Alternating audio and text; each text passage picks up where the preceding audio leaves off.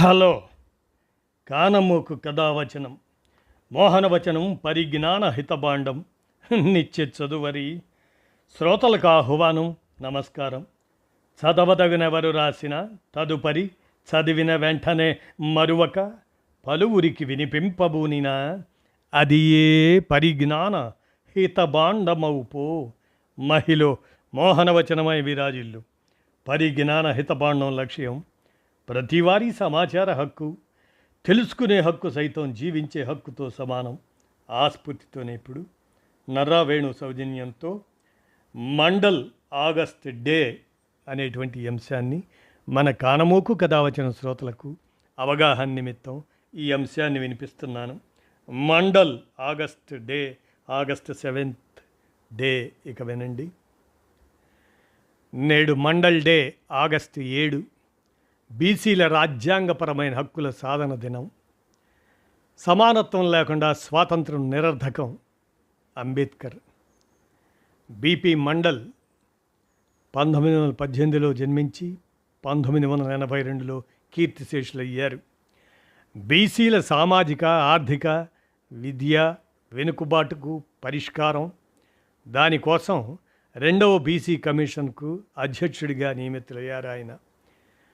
11 సూచికల ఆధారంగా 3743 బీసీ కులాలపై అధ్యయనం చేసి 40 కీలక సిఫార్సులు చేశారు మండల్. బీపీ మండల్ కేంద్ర ప్రభుత్వ ఉద్యోగాలు, విద్యా సంస్థలు, బ్యాంకులు, ప్రభుత్వ రంగ సంస్థల్లో 27% రిజర్వేషన్లు సిఫార్సు చేశారు మండల్. 1990 ఆగస్టు 7న ప్రధాని విపి సింగ్ 27% రిజర్వేషన్ల అమలును ప్రకటించారు. ఇదే భారత చరిత్రలో నిశ్శబ్ద విప్లవం. మండల్ కమిషన్ మిగతా 39 సిఫార్సుల అమలే మన లక్ష్యం, మన రాజ్యాంగ హక్కు అంటూ నేటి ఈ మండల్ డే సందర్భంగా భారత రాజ్యాంగంలోని ఆర్టికల్ 46 బీసీలను బలహీన వర్గాలుగా పేర్కొన్నది.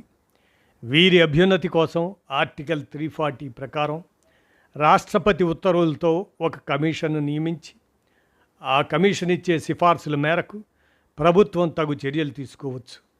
డాక్టర్ బిఆర్ అంబేద్కర్ మహిళలకు సమాన హక్కులు కల్పించే హిందూ కోడ్ బిల్లు, అలాగే ఆర్టికల్ 340 ప్రకారం బీసీలకు రిజర్వేషన్లు, ఇతర చర్యలు తీసుకోవటం కోసం బీసీ కమిషన్ను నియమించడంలో ప్రభుత్వ అలసత్వానికి నిరసనగా న్యాయశాఖ మంత్రిత్వ పదవికి రాజీనామా చేశారు అంబేద్కర్. 1950లో దేశవ్యాప్త బీసీల హక్కుల కోసం పోరాటం ప్రారంభమైంది. అంబేద్కర్ను సమావేశాలకు ఆహ్వానించారు. ఓబీసీల ఉద్యమం దేశమంతా విస్తరించే అవకాశం ఉందని గ్రహించిన నెహ్రూ ఆర్టికల్ 340 ప్రకారం బీసీల స్థితిగతులపై అధ్యయనం చేసి వారి అభ్యున్నతికి సూచనలు చేయడానికి 1953 జనవరిలో కాకా కాలేల్కర్ కమిషన్ నియమించారు. ఈ కమిషన్ 1955 మార్చిలో తన నివేదికను సమర్పించింది. 2399 వెనుకబడిన కులాలు, 837 అత్యంత వెనుకబడిన కులాలను గుర్తించి వారి సంక్షేమం కోసం అనేక సూచనలు చేసింది. అయినప్పటికీ ఆ నివేదికను అమలు చేయకుండా పక్కన పెట్టారు.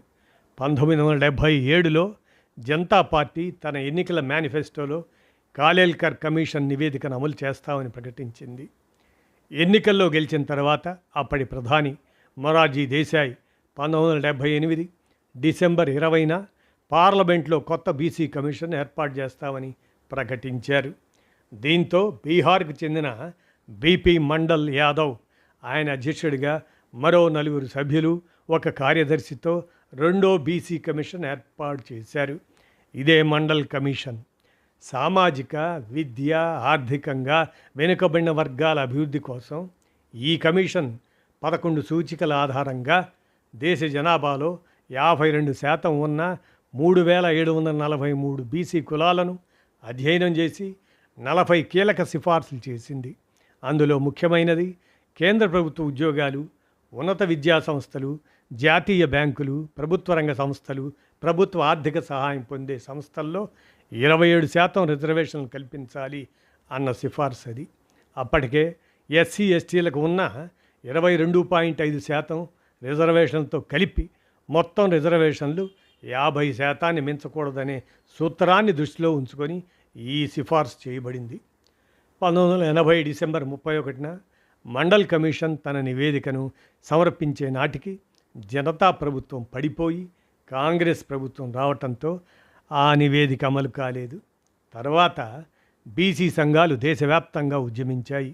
1981 సెప్టెంబర్ 11న national union of backward classes సంస్థను బీహార్ మాజీ ముఖ్యమంత్రి కర్పూరి ఠాకూర్ నాయి బ్రాహ్మణ ఆయన ప్రారంభించగా చౌదరి బ్రహ్మప్రకాష్ యాదవ్ అధ్యక్షుడిగా బాధ్యతలు చేపట్టారు.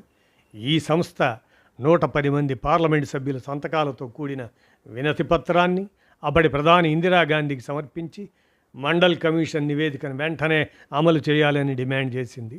1982లో మరోసారి 5 లక్షల మంది సంతకాలతో రాష్ట్రపతి జ్ఞాని జైల్ సింగ్ను ఆయనకు వినతి పత్రం సమర్పించింది. 1988 నుంచి నేషనల్ ఫ్రంట్, బీఎస్పీ తదితర శక్తులు మండల్ కమిషన్ అమలు కోసం ఉద్యమించాయి. 1990 ఆగస్టు 7న ప్రధానమంత్రి విపి సింగ్ మండల్ కమిషన్ చేసిన 40 సిఫార్సుల్లో ఒకటైన కేంద్ర ప్రభుత్వ ఉద్యోగాల్లో ఓబీసీలకు 27% రిజర్వేషన్లు అమలు చేస్తున్నట్లు చారిత్రాత్మకంగా ప్రకటించారు. ఈ ప్రకటనను ఆయన నిశ్శబ్ద విప్లవంగా అభివర్ణించారు. అనంతరం రిజర్వేషన్లకు వ్యతిరేకంగా ఉద్యమాలు జరిగాయి. ఈ పరిణామాల మధ్య 1990 నవంబర్ 7న విపి సింగ్ ప్రభుత్వం పడిపోయింది. అనంతరం సుప్రీంకోర్టు తీర్పు ప్రకారం క్రీమీ లేయర్ నిబంధనలతో 1993 నుంచి కేంద్ర ప్రభుత్వ ఉద్యోగాల్లో 27% ఓబీసీ రిజర్వేషన్లు అమల్లోకి వచ్చాయి. 1990 ఆగస్టు 7న జరిగిన ఈ చారిత్రక ప్రకటనకు గుర్తుగా మండల్ కమిషన్ మిగిలిన 39 సిఫార్సుల అమలు కోసం డిమాండ్ చేస్తూ ప్రతి సంవత్సరం ఆగస్టు 7ను మండల్ డే, బీసీల రాజ్యాంగపరమైన హక్కుల సాధనా దినంగా దేశవ్యాప్తంగా నిర్వహిస్తున్నారని నర్రా వేణు సౌజన్యంతో ఈ అంశాన్ని మన కానమోకు కథ వచ్చిన శ్రోతలకు అవగాహన నిమిత్తం ఈ అంశాన్ని వినిపించాను. విన్నారుగా, ధన్యవాదాలు.